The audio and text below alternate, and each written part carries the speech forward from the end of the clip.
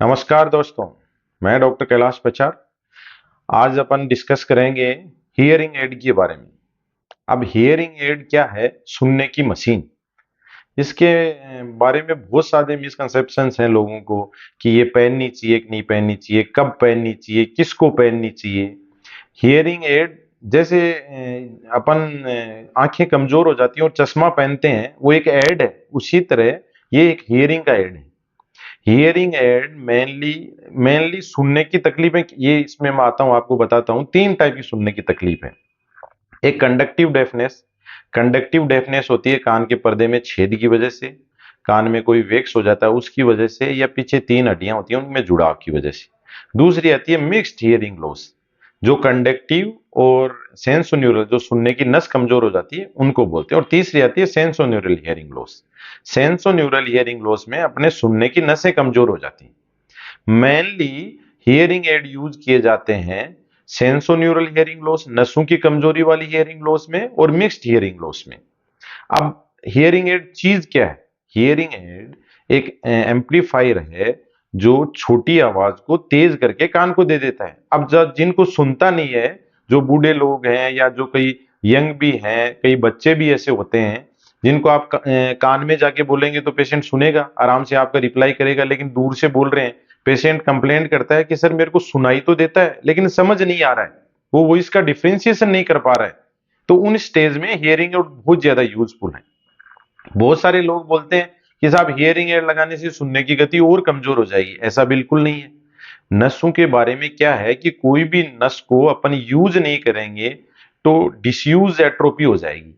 अब जैसे एक आंख में 2 नंबर का चश्मा है और आपने चश्मा लगा लिया तो वो 2 पे ही रुक जाता है, नहीं लगाएंगे तो 3, 4, 5। ऐसे यदि आपके सेंसोन्यूरल हियरिंग लॉस है और आपने हियरिंग एड पहन लिए तो आप स्टेबल रह गए उस लेवल पे, नहीं तो ग्रेजुअली कम होता जाता है। इसलिए अपने को ये दिमाग से निकाल दें कि हियरिंग एड से आगे आके प्रॉब्लम हो जाएगी, ऐसा बिल्कुल नहीं है। दूसरा कि हियरिंग एड केवल बूढ़े लोगों में पहना जाता है, ऐसा बिल्कुल नहीं है। यदि यंग एज में भी अपने को नसों की कमजोरी है, मिडिल एज में हियरिंग यदि नसों की वजह से कमजोर है, तो भी अपने को हियरिंग एड पहनना चाहिए। हियरिंग एड पहनने में कोई बुराई नहीं है। और ये थोड़ा सा भी लोग कम यूज कर रहे हैं। अब चश्मा तो सब लोग लगा के घूमते हैं क्योंकि चश्मा कॉमन हो गया है। अब हियरिंग एड में बिल्कुल आप घबराएं नहीं, आराम से पहने। यदि आपको ऐसे शर्म आ रही है कि बाहर ये मशीन में नहीं लगाना चाहता, तो बहुत सारी मशीनें आ रही हैं, तो इन द कैनाल कैनाल के अंदर फिट हो जाती हैं। जब तक आपको सुनना है लगाए, निकाल लें, वही चश्मे की तरह। जब देखना है तो लगाए, नहीं तो निकाल दें। दूसरी बात कि यदि एक कान में पहननी चाहिए कि दोनों में पहननी चाहिए, बिल्कुल दोनों में पहननी चाहिए। आप एक कान से सुनते हो, दोनों से फर्क पड़ता है उस चीज का। आप दोनों में हियरिंग एड पहनेंगे तो आपको बहुत अच्छे से सुनेगा, आप साउंड का लोकलाइजेशन कर पाएंगे। यदि एक में पहनेंगे तो फिर आपको नहीं पता चलेगा भी इधर से आवाज आ रही है कि नहीं। तो हो सके तो दोनों कान में पहने। मेनली ये ओल्ड एज में क्यों पहना जाता है? क्योंकि ओल्ड एज में जो नसों की कमजोरी ज्यादा पाई जाती है।